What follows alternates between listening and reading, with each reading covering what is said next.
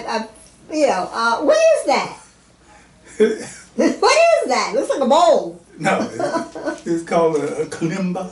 Oh, kalimba. I think they call it different things. It's a thumb piano. A thumb piano. Thumb piano. Oh. And I'm just fooling around playing some things. Let me see it again. It got to the point where I was getting frustrated with the pipes and sounds out of it because it's... Let me face it up again. Let me see what it looks like at the front. The top of it. What does it look like? The top. The top. Oh, okay. Very interesting. That looks like a fun thing to play. Yeah, that does. Well, hey, you know what? So many young people playing things with their thumbs. Oh yeah, that would be ideal. It should be ideal. I would like to organize the first thumb piano thumb orchestra or whatever. Yes. Orchestra with people. You could give it some very modern name. iPod thumb piano.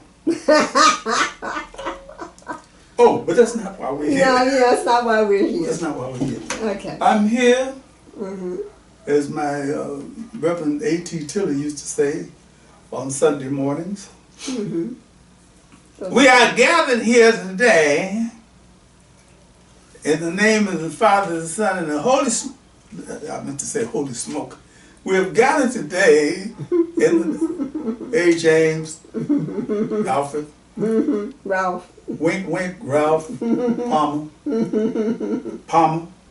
We have gathered here today in the name of the Father, the Son, and the Holy Smoke. The Holy Ghost. The Holy Ghost, okay. And I'm reading once again another chapter, yet another chapter from The Snake. 2020. Which is covered by Cedric Adams. Back photo of the author, me, yours truly, the underground master, Odie Hawkins, by Zola Salena-Hawkins. Right. With herself. Okay. Yes, and Lord. the original Snake is more of an English-European version dialogue than this one. Get this one. Okay, it has pictures. And one paragraph missing from the original. You got that. Okay, all right. And so, if anybody wants to follow the story along, they have to go through chapter 1 through chapter 12 because we are now in chapter 13. Is that right? Or is it 12 or is it 13? We're in chapter 13. Okay. Yes. Somebody has to keep track. She got to keep track. I just wrote it. So it's chapter 13. Yes, sir. I'm gonna settle back and listen. I'm just joking, really. I know, you know where. I know it's chapter 13. You know where we're at. I know it's chapter 13 somewhere. Here it is. Okay. The brother has gone to a small village in Ghana called Tsito. Spent a few days, I think maybe 5 days, to find out what life was really like, because when you go to a third world country, probably the most honest expression of what is happening in that country is going to be coming from the villages. So this is what he decided to do. To get out of the big city, to get out of Accra, and go to Tsito. Population. Where you going, woman?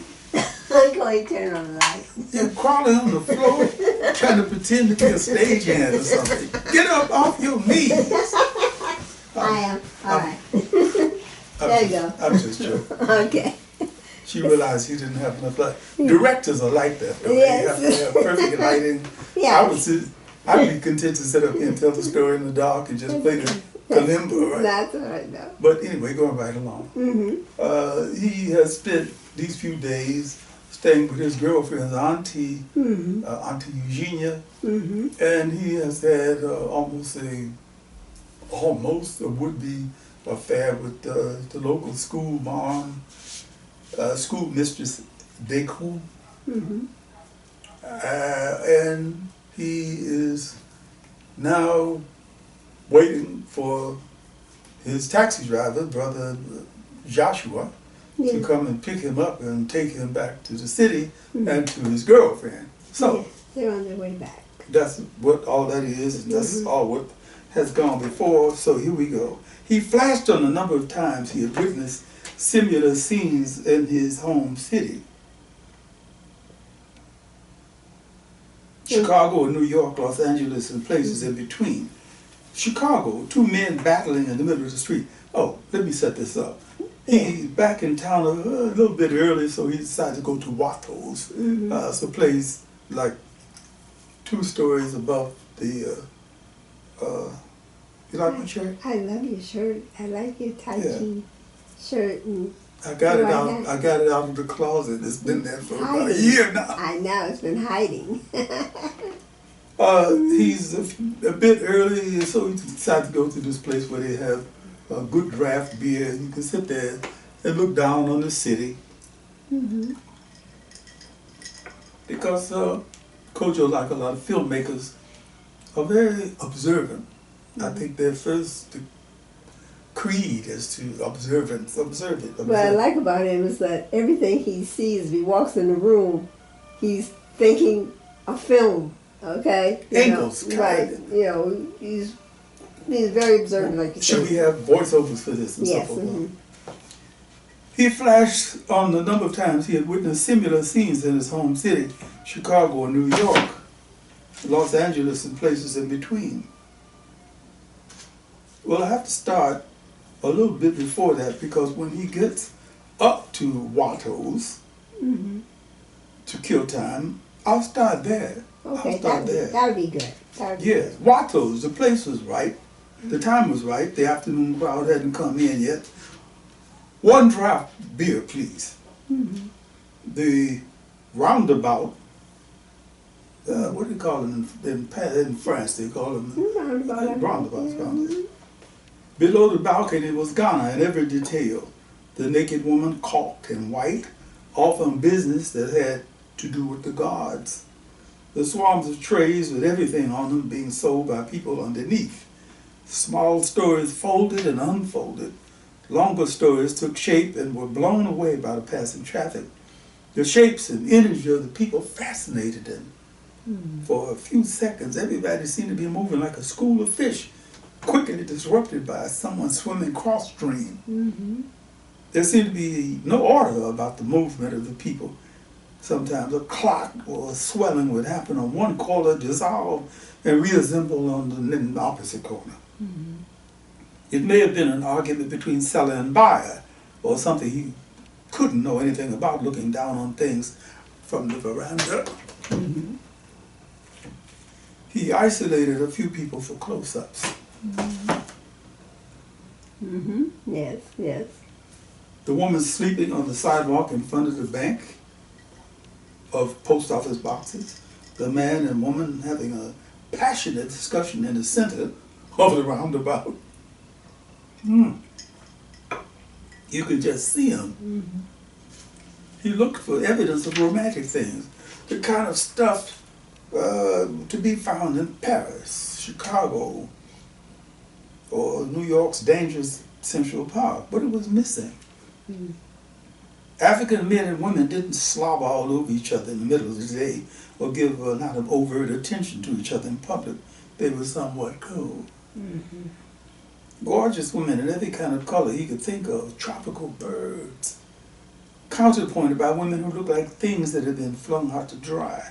The fright wigs, nun hairdos disturbed him most.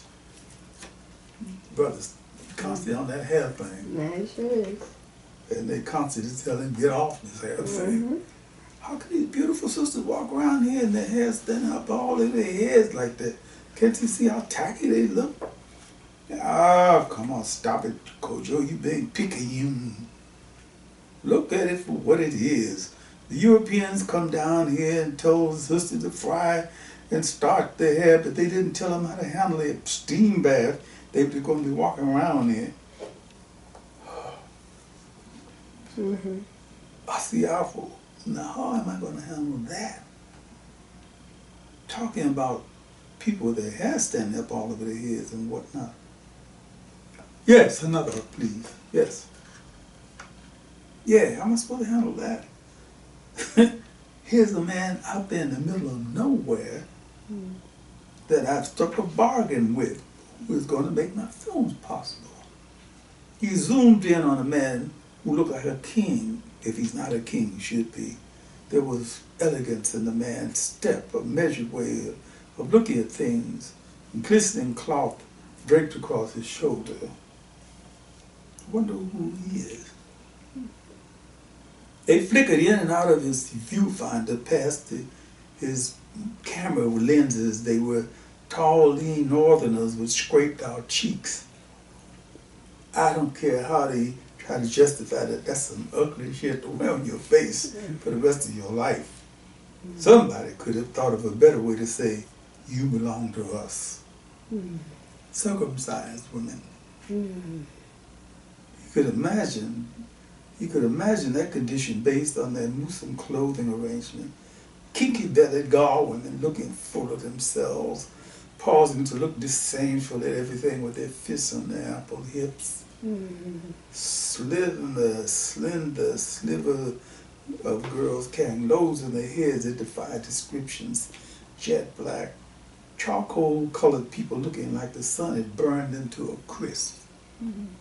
Ethiopia, land of the burned faces, that's what the Greeks call them.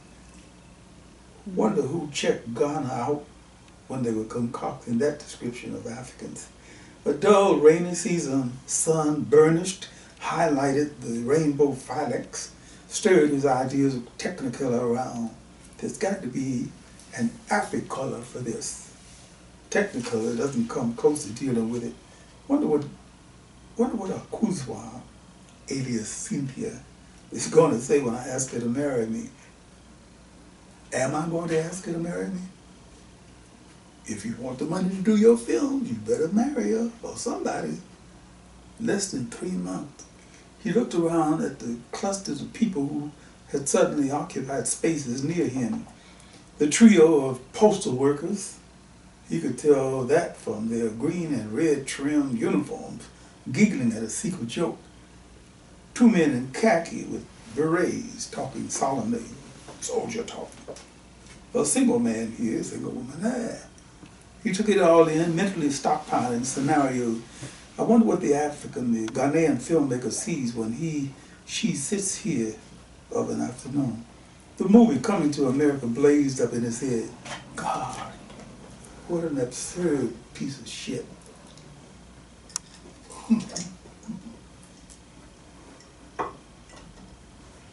And I think Eddie Murphy actually has something to do with it. Imagine an African prince going to America to work in a hamburger joint, of all things, to find himself a bride. How absurd can you get with all these beautiful men walking around? I'll have another one of these, please. There seemed to be a peak times when the people in the roundabout were clustered in a confused mass, and then it was sorted out.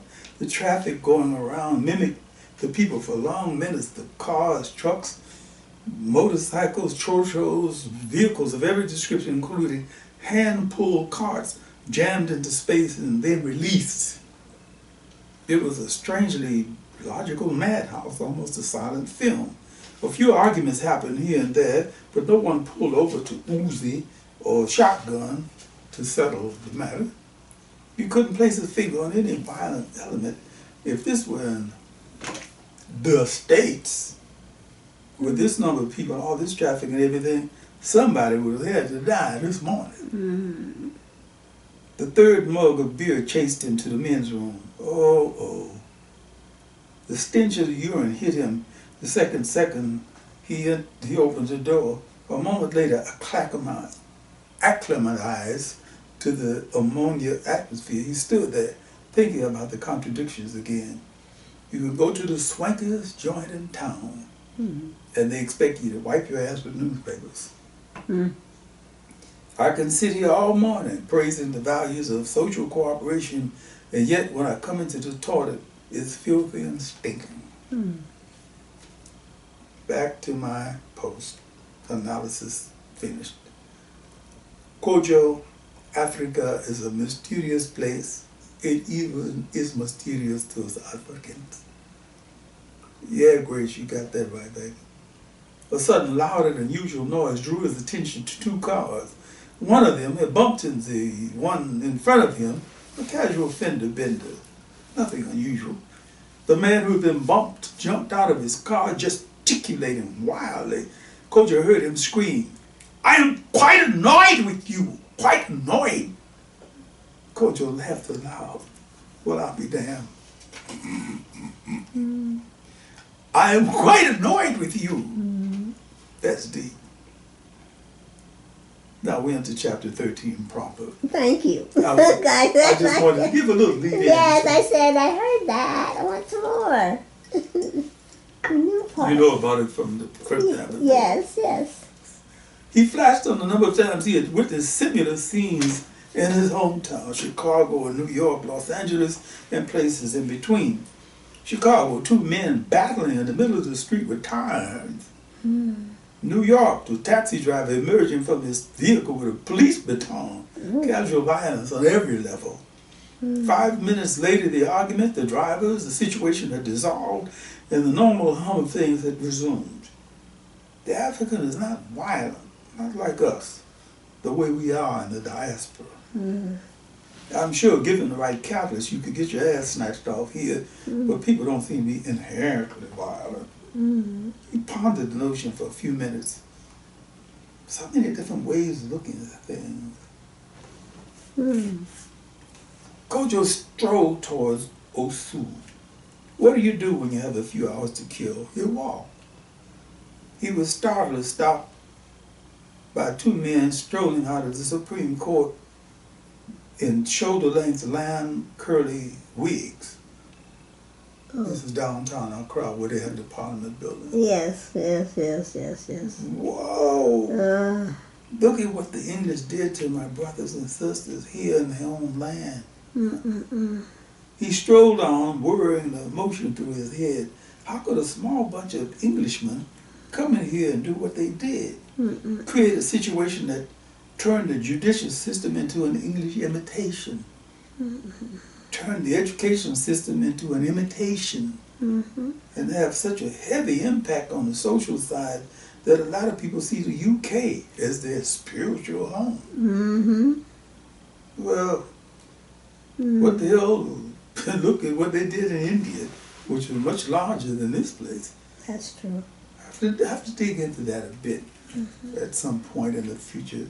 The impact of the little pink guys from Britain and their disastrous impact on the colored world. What was the argument the Nigerian brother gave in Chicago? They gave us Englishman, a unifying language. Think of what Nigeria would be like if we didn't have English. High Street, past the ministries. Wonder what Comfort is doing. High Street is 1 o'clock in the afternoon. The streets seem to be about to burst at the seams. People selling everything. Dog chains, apples, welcome mats, t-shirts, chocolate bars, ice cream, calculators, toys, flax, hats, purses, bananas, bath towels, peanuts, car accessories, handkerchiefs, soap, chewing gum, everything. Yes. Everything. Yes. They be selling everything. Yes, on the street. In the street. Yes, indeed. Don't have to go far. You want a baby? Yeah. You want a baby? Excuse me. No, no there. Okay. You felt like a stranger in a dream. I guess this is the way the African American sees this scene. This is my land, but it ain't my country. In Nkrumah Park, with the giant stone sculpture, gravestone on his reinterred bones, they brought Nkrumah back from Egypt and buried him here in this park. Kwame Nkrumah, Osajifo, Kwame Nkrumah, Osajifo, the great one. They call Mandela Mandiba, the great one. The Africans know how to do that. I pat my chest too. Osajifo Kwame Nkrumah, man with a vision. Wonder what this place would be like if he had the chance to fulfill his dreams. He wanted to create a United States of Africa. He strode past the National Cultural Center and stood looking up at the Black Star, centered on the arch in Black Star Square. Soul to Soul. Yeah, that was the name of the old documentary. Some enterprising producer grabbed Ike and Tina Turner, Les McCann, Wilson Pickett, Wilson Pickett, baby, Roberta Flack, Willie Bobo, the Voices of Harlem, and a whole bunch of other people and brought them back home. In his mind's eye, he could see Tina Turner in her lioness wig being greeted at the bottom of the airplane, stepped by an old lady doing a little welcoming song and dance. Damn, Ike, why wouldn't you allow the sister to take a wig off in Ghana? Damn. Around the roundabout and on into old Osu. People everywhere. He walked the main street for a block and then veered off into the hood. Now this is the neighborhood for real. Men and women were taking baths behind stacked blinds of bricks. Women washed clothes and hauled loads. Women stirred huge pots of what looked like oatmeal. What are those ladies stirring in the pots? Banku. He felt completely at ease. People glanced at him, confirming that he was a foreigner that went on about their business. He could nod and say, "Good afternoon," and people would reply. Or he could simply stroll and observe. It didn't seem to make any difference to the people going back and forth. The crowd surging toward him freaked him out for a minute. The Ghanaian pedestrians going on about their business had suddenly become an angry mob. They swept past him, beating and kicking a muscular young man in the latest hip-hop get-up, tearing at his clothes with the kind of impotent rage that makes crowds become mobs. Hey, Charlie, what happened? Charlie dates back from the World War II when people just called each other casually Charlie. Yeah. It's like if Charlie. Hey, Charlie. Older men know what that means. Hey, Charlie, what happened? Memory serves interesting purposes. Hey, Charlie, that's the comrade buddy number. He was caught stealing in the market. Kojo trailed along for a block, watching the impotency of the mob violence dissipate. The young man was bleeding from the nose and his clothes had been shredded, but he was a long way from being seriously injured. Someone would strike out at him with an open palm periodically, sporadically, but there was no hardcore viciousness to the blows. Where are they taking him? They are taking him to the police station. Well, that makes sense. Dish out vigilante justice and then turn him over to the authorities. That way everybody gets a piece of the action. The vigilantes gone. The narrow streets once again reverted to their normal throb. He walked on, deeper into Osu. Looks like people have been living in this neck of the woods for centuries. Amen. Two little girls stared up at him with large, lustrous eyes. Bet you never seen a brother from the States before, huh? Brother from another planet. Yeah, that was the flick, the one where the black man come from somewhere else on earth. Or from somewhere beyond earth. Maybe from behind the beyond. Joe, what's his name, Morton, a solid actor. No matter whether he was playing the clean-cut black professional, the exaggerated gangster, or the scientist who was dealing with how to freeze dry bodies forever young. He was always the top of his form.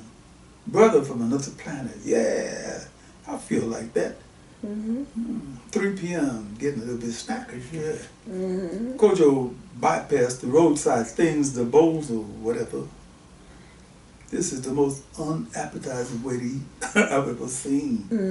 He tried not to stare at the people sitting on benches or half step away from stagnant drains, the hubbub and dust of the streets flying around.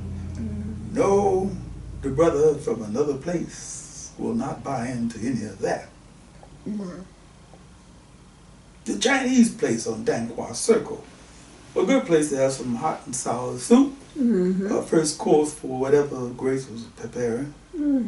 Kojo picked a strategic table, a spot to key in on arrivals, departures, and the Chinese who owned the place. The African waiter was polite, well-trained, but not too subservient. "Waiter, do you have Chinese hot mustard?" The man puzzled the question over and went to the kitchen for a small dish of mashed pepper. No, not this pepper. I'm asking for hot mustard. Dream on. Hot mustard. The waiter signaled, "Mimba, I'm coming," and had an urgent conversation with the young Chinese woman behind the cash register. She strolled over to his table, jean, mini shirt, and ponytail, announcing her connection to now. "Yes? Do you have Chinese hot mustard?" Kojo almost laughed listening to the waiter use his version of Chinese pidgin to communicate with the young woman. "Do you speak English?" I felt compelled to find out. "Oh, a little," she answered, concealing a shy smile behind her hand, and shriveled back to her post. Well, that's that. I guess I can forget about the mustard. You got that right. Okay, eat your food and leave. And this Chinese food. He spooned his soup, cornstarch to the stretching point. Think about the Chinese. They all seem to own restaurants. Hardly anybody speaks English or any of the indigenous languages. There doesn't seem to be any evidence of racial mixing. I bet they arrange marriages between restaurants. He took it into play. The cashier took in the money, said hello and goodbye to customers, and had conversation with a large Chinese man, her father, who came out of the kitchen from time to time. I don't think I'd like being Chinese in Ghana. No. Soup done, now what? Go to the other side of Dan Kwa. Sit up at number 1 for a bit, check out the scenery. Number 1, the place where most of the foreigners in Accra wound up sitting at one point or another. We did. Yeah. Right there. Number 1, large umbrella shading the tables, everything slightly overpriced. Service that varied from indifferent to efficient. Kojo took a side table and waited. And waited. And waited. He tried using some kind of logic to determine why the men, waiters, who earned their living serving the public, were not serving. Maybe on some kind of strike. Or maybe a slowdown for higher wages or whatever. The waiter blindsided him as he seriously was trying to remember why Tyrone Power and Jack Hawkins had tripped away from England to the exotic East, including China, in a period flick called The Black Rose. And a little French chick, Cécile Aubray, the ancestor of Brigitte Bardot, and the rest of the French sex keepers. Wonder what happened to her. Would you like to order now? Is that why you're here? I don't understand. Never mind. Let me have a draft beer. Beer. The only sure way to buy a seat. He panned the scene, a trio of Japanese men taking pictures of everything. Oh my. A quartet of white Americans, Mama Bear, Papa Bear, Baby Bear, and Baby Girl Bear. The mother was reminding everybody to take their pills. The father was inspecting every morsel that went into their mouths, and the children were indulging in that spoiled, bratty behavior that he always associated with temperamental actors. A fleshy white man, obviously European, with a ponytail, huddled up with a tall, sharp-featured African woman who looked like a well-shaved man.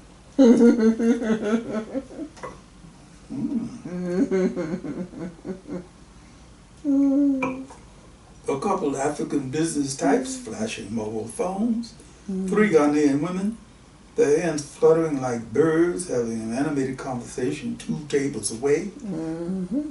Kojo settled back in his seat, watching the mothers with babies on their backs hustle across the street to avoid being run down. The well-dressed chap with the briefcase taking a careful piss into the drain 50 yards away. People passing by with trays on things.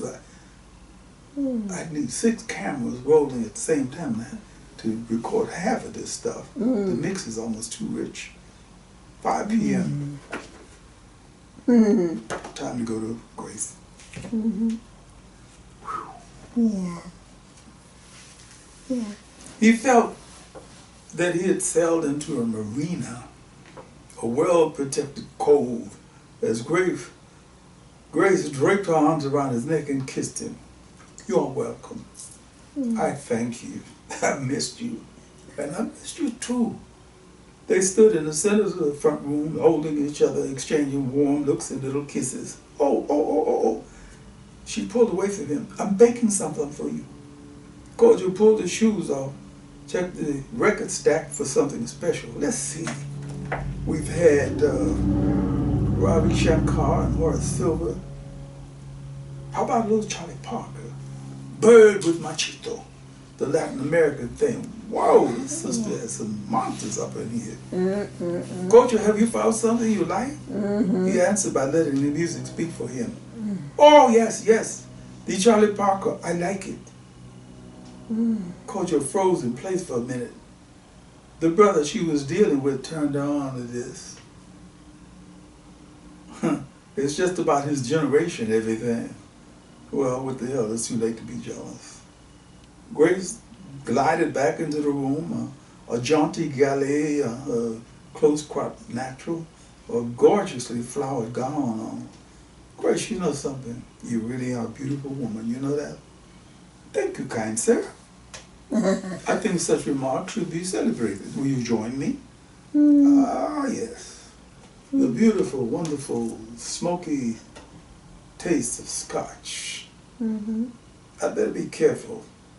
I might wind up becoming Eurocentric.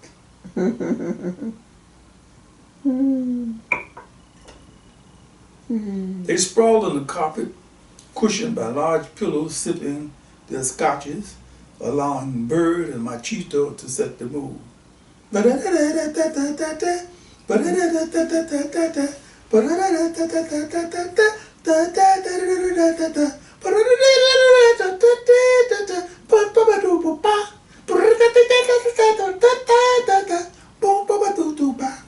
What are you baking?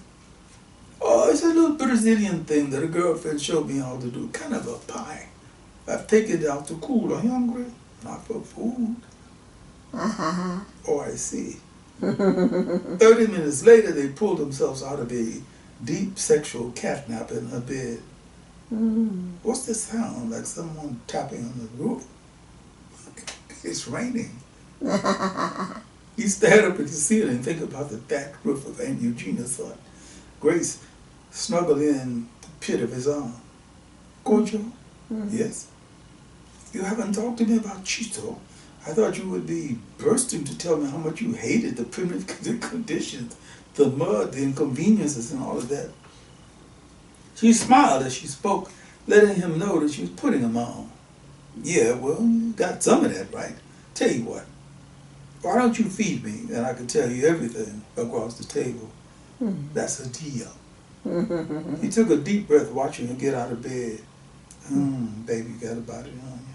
Splashing water, of course. The bath. Very clean. That's good.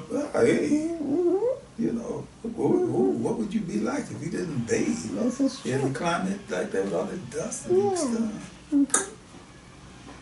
Kojo, the water's off, but there's water in the bucket for your bath. Mimba. I'm coming. Yes. Mimba. Manuel de Falla's nights in the gardens of Spain seemed perfect for the moment. Kojo splashed cold water on all the important parts of his body, dried off feeling refreshed. There are kaftans in the closet if you don't mind wearing a woman's clothes. I won't tell anybody if you don't tell anybody. Drizzling rain music, Spanish accented music on the air, chilled white wine, a beautiful black woman, Africa, a small salad and a large golden crusted pie. What is this? It's called empadon. Got chicken, shrimp, crab meat, hearts and palms, a few other things, and lots of good vibes in it. We'll have empadon. Yeah. Maybe tomorrow. Ooh, all right. Yes, maybe tomorrow. Empadon. Tastes like it too. A few forks of the rich ingredients were enough to satisfy them. So you want to know what happened in the village, huh? She nodded yes, sipping her wine. Well, in some ways. Nothing. The village, as you know, is not filled with loads of distractions. I enjoy being with your auntie. She's a treasure. In another kind of way, I could say that I enjoyed life in the village, but I wouldn't want to live there. Grace laughed, poured more wine into her glass. Don't misunderstand. It has nothing to do with the people. The people are beautiful. I met several people I'll never forget. Asiafo rang a curtain down across his mind, made him frown. What is it, Kojo? It poured out of him. The meeting in the forest, the deal, the paranoia. Grace looked solemn for a moment and then brightened up. Kojo, I'm surprised at you. You go to a small, backwards thinking village for a few days and allow them to turn you around the bend. Come on now. They're just a bunch of superstitious villagers. Well, how about the wizard? How do you explain him? Logically speaking, it seems illogical that he would be the same person who was vanished 40 years ago. How could he survive in the forest alone for 40 years? Yeah, how could he? He felt a little foolish talking about a half-naked man in the forest who had promised him, if he did the right thing, that we'd be able to have enough money to make his films. Kojo is the oldest story in human history. Man makes a deal with the supernatural to get what he wants. Do you believe it's possible? She suddenly became serious. The Ashantis are known to make supernatural deals all the time. Suddenly they were back in mysterious Africa. Always the other tribe. The people across the border who were into the murky stuff, not us. So you're saying it's true. Everything is possible. We all know that. For a moment there was only the sound of the rain and the dying string section of Defia's masterpiece. Kojo decided to lighten the mood. Hey, what is this? What are we doing here? This is supposed to be some kind of celebration. We're sitting here trying to outgloom each other. You started it. Well, it's ended now. It's over, okay? Come over here and let me feel on your body. Come over here and let me feel on your body. Wednesday morning, roosters crowing, somebody calling out to somebody. Grace's face, chocolate brown against the white of the pillow, held his attention for a long minute.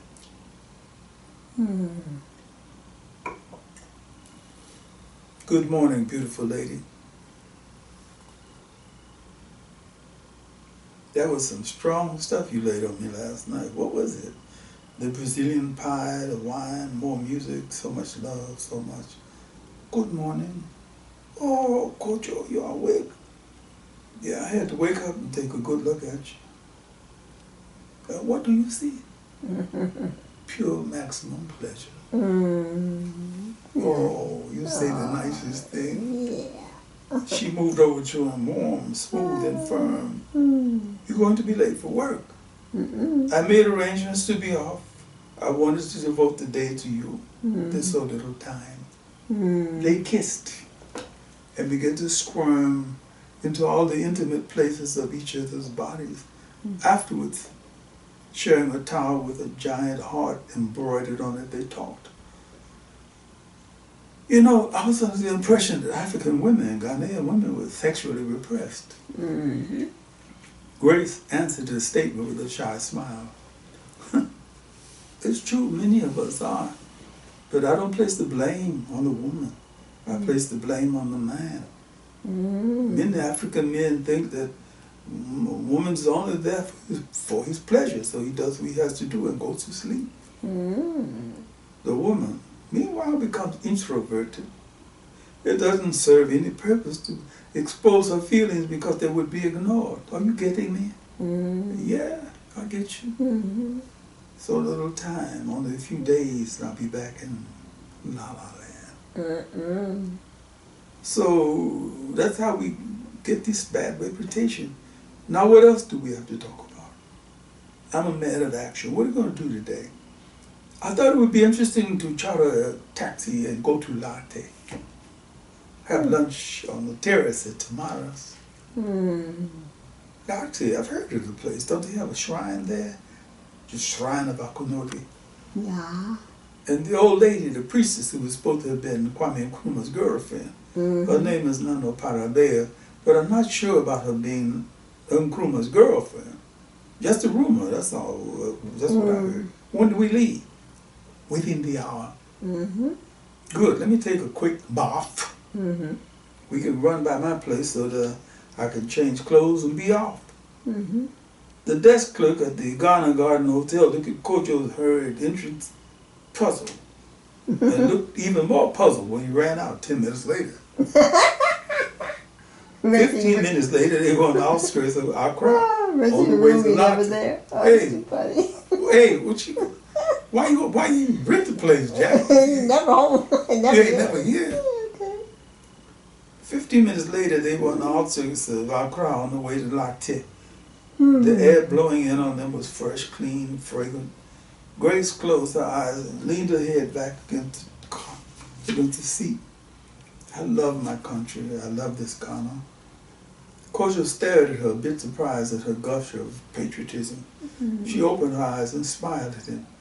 Don't you love your country? Don't you love America?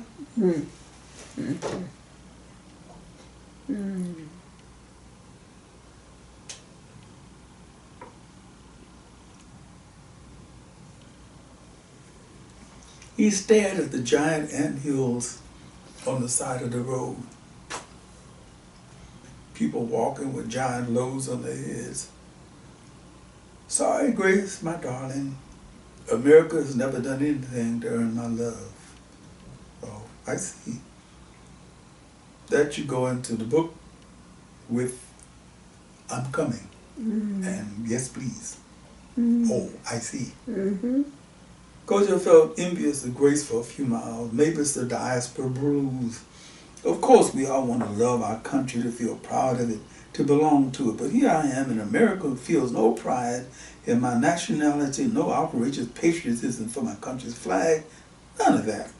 I feel more pride in Ghana here, more patriotism, if I could call it that, than I would ever feel for a country that designated my status as slave and didn't back away from the designation until it was absolutely forced to do so. The driver, a large, raw-boned man, gave them maximum speed on the open road, virtually crawled through the roadside villages.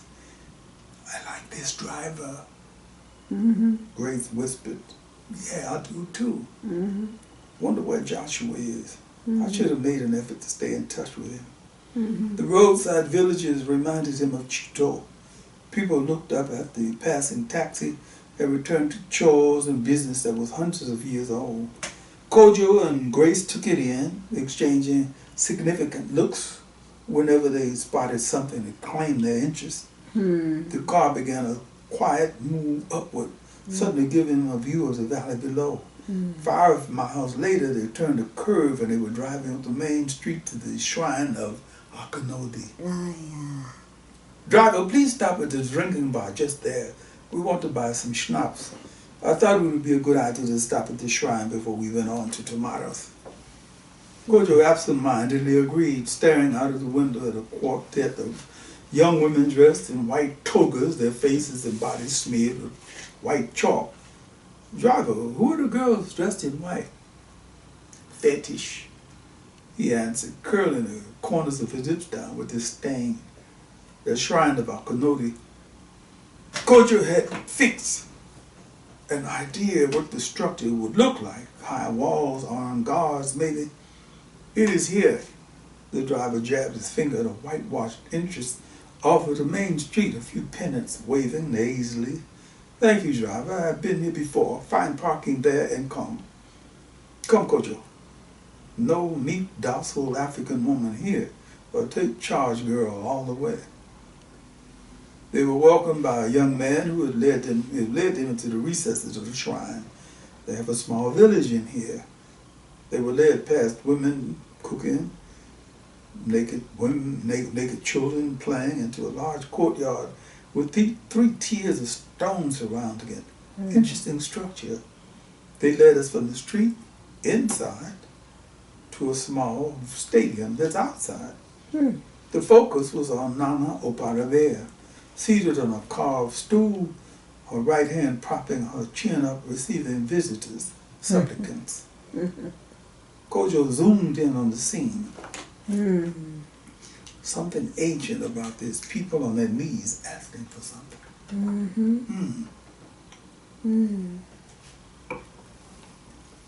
The Nana's spokesman, the Ochami, they spoke quietly with grace, received a bottle of schnapps, and directed them to sit on some folding chairs to the left of the Nana.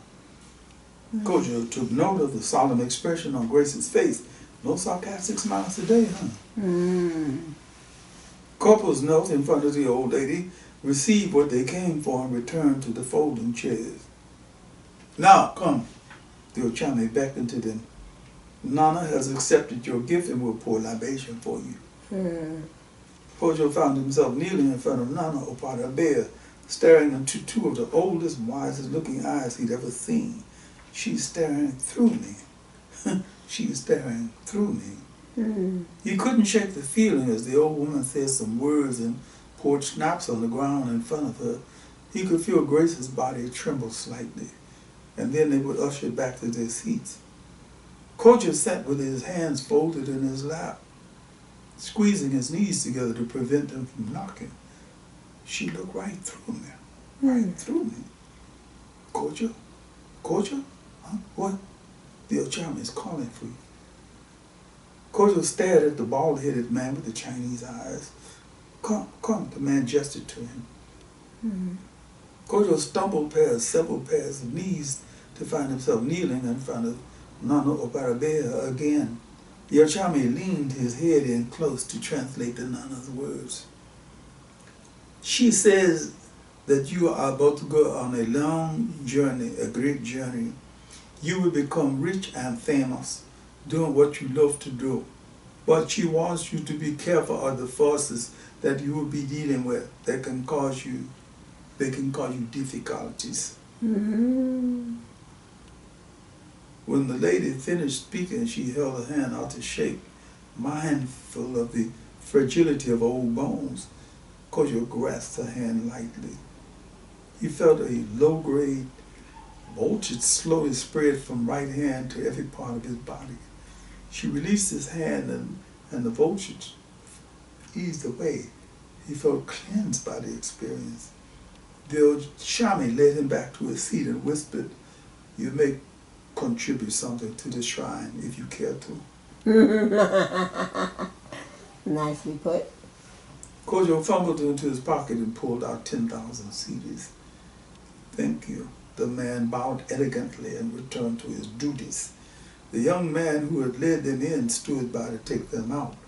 Kojo turned to take one last look at the scene. The Queen Mother on her throne, relaxed, wise, giving advice. "How long has Nana been doing this?" he asked the young man. "Oh, many years, many years." "How old is she?" Grace popped into the middle of the young man's hesitation. "No one really knows. Some say 90, some say 190. No one really knows."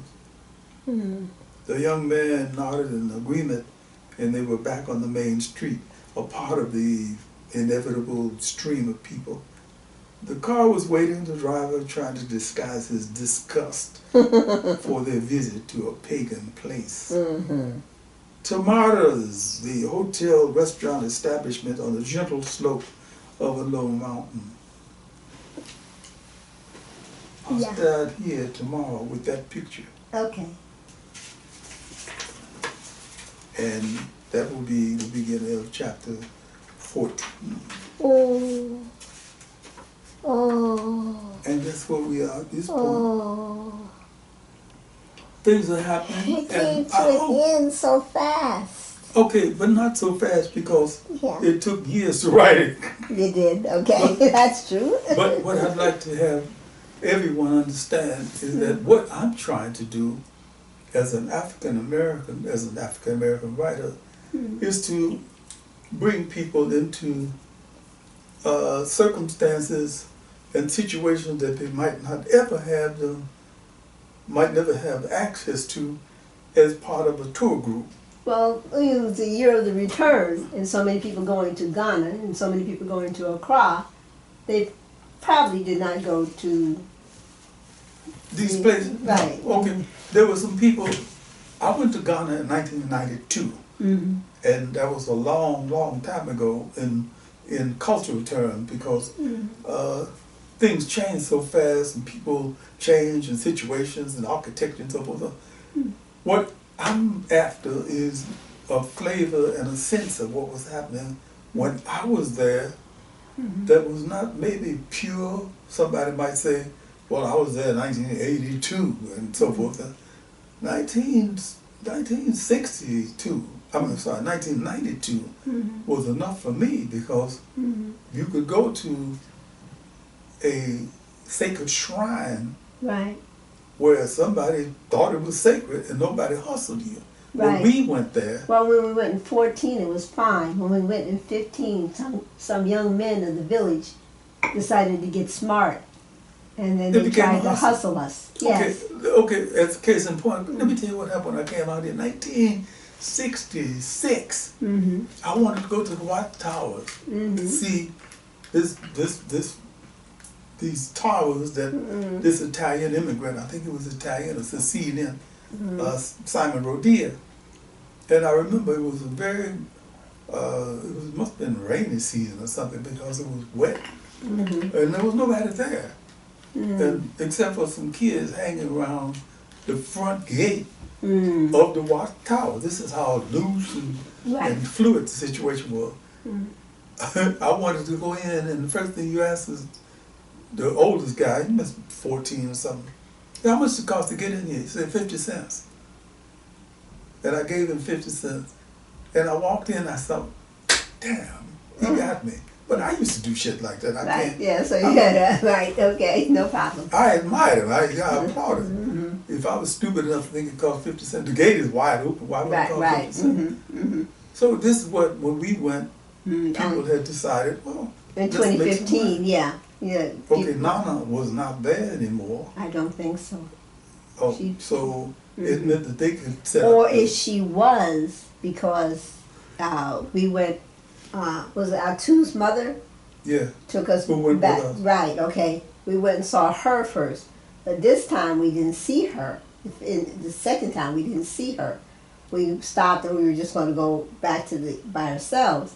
And that's when the young men of the village said, "Oh, The we got hustle is some." on. The Yeah, hustle right, is on. yeah, right. You know, and so she may have been back there, but because they thwarted our visit, but their slickness, we didn't go. Their slickness. Yes. They weren't slick. Well, They they're were just, trying to be. you know, just They're trying. Well, village, opportunity. village hustlers. Yes. And you can't almost blame them because, Oh, there's no jobs and, No. you're trying to make money. As a matter of fact, one of the things that happened since they were out slicked is that we just picked up our schnapps and laughed. Right. In fact, even Kofi thought that was, they're wrong. Yeah. They're wrong. Under the circumstances when Nana Parabea was queen of the scene, you were asked by the Ochame, the spokesman, to make a contribution. Right. The Republican Party or the Democratic Party or the Independent Party will do the same thing. Send what you can. Right. You don't say, send me $35. Yes, or yeah. you're gonna be The youngsters had set a price, and like I said, she may have been there. And if she had been there, she would have been 156 years old. Wow. 158 or her daughter. and 3/4. Okay, well, you know. Or like Marie Laveau, it might have been her daughter's daughter's daughter. Exactly. You know, just carry on the tradition. You know, if you're behind a veil or anything, who's to tell? Yeah. Okay. So, well, what we can say is that we were there when it was still semi-pure. Amen. And the people who want to believe that she could solve some problem for them. It did, when we walked into the room had a certain feel. Yeah. Which was good. Yeah. Felt holy, spiritual. Yeah. You know when you go into, you know, I went with Nana Ocheri Becoin, my good friend, to a village, one of her villages, and the head of the village, I like to call it village because it must have been about 3,000 people, something like that. They had a big drum in the courtyard. Oh. Okay, I'm a drum freak, right? I'm looking at the drum, and we're having a meeting, and they have served the libations, and everybody. You know, I asked him. I hate that I can't remember his name, but I said, well, "When do you play this drum?" He said, "Well, we call to the population to come for events." I said, "Oh, that's the only time you play it?" He said, "No, you can. You want to play it?" Yeah. It looked like a big Chinese drum in a courtyard. You have to climb up on a stool and stand up there with a stick, and of course you play stick in hand. Yeah, I'd like to, but what would happen if they said, well, there's no problem. You won't be annoying anybody because they won't come. They won't come. Right. So I jumped up and I played it, and he says, that sounded like the call to something or other, not a prayer, but something. He said, how'd you learn this? He says, the mambo, boom, doom, doom, doom, the wawanko, boom, on this big drum, man. The sound was like unbelievable. You hit boom, doom, and it took about 30 seconds. Vibrations, yeah. Vibrations. So things are always going to be right because we're going to make them right. And on that note, I'd like to call this to an end for today and prepare ourselves for tomorrow. I do understand. This is been the reading of The Snake 2020, not just the snake. This book here? Yes, please. The Snake 2020. Okay. And again, let me see if I can zoom in a little bit. Are you zooming? I'm zooming in. Zoom, baby. I zoomed in fast. Zoom, baby. Zoom. There you go. Snake 2020. And it is the dialect of the people talking more so than the original Snake. Yeah. And so, what else do I want to say? Oh, that you can purchase it on Amazon, Barnes & Noble. Go to your local bookstore and say, I want the Snake 2020 by Odie Hawkins. You better. Okay. Or you can look at his website, www.odiehawkins.com, and you can purchase a book that will, direct you to the Amazon site and purchase another book. He's also on Amazon's authors page. And so with that said, thank you very, very, very, very, very, very much for reading chapter 14. Yeah. Yes. Right? Yes. Okay. And I look forward to the following reading because I'm really into it and want to see what happens with I'm so glad. Asiafu and Grace. And, when you find yourself becoming interested in, or you say that you're interested in, I believe you because you're an honest person. Yes. And you've told me on a number of occasions, that's not interesting. I don't want to hear anymore. What is a wife or a friend to say? That's Black Casanova. That doesn't do anything no, that's to me a piece of S-H-I-T. What I got to say but is anyway. this. So I'm going to end it by saying this. Yes. If you say that you're interested in, I have to believe that you're interested in. Yes, James Baldwin, a.k.a. Odie Hawkins, Did you get underground, that? yes, underground master. I got you. I saw you. All right. Mañana. Sí, sí. Sí, sí.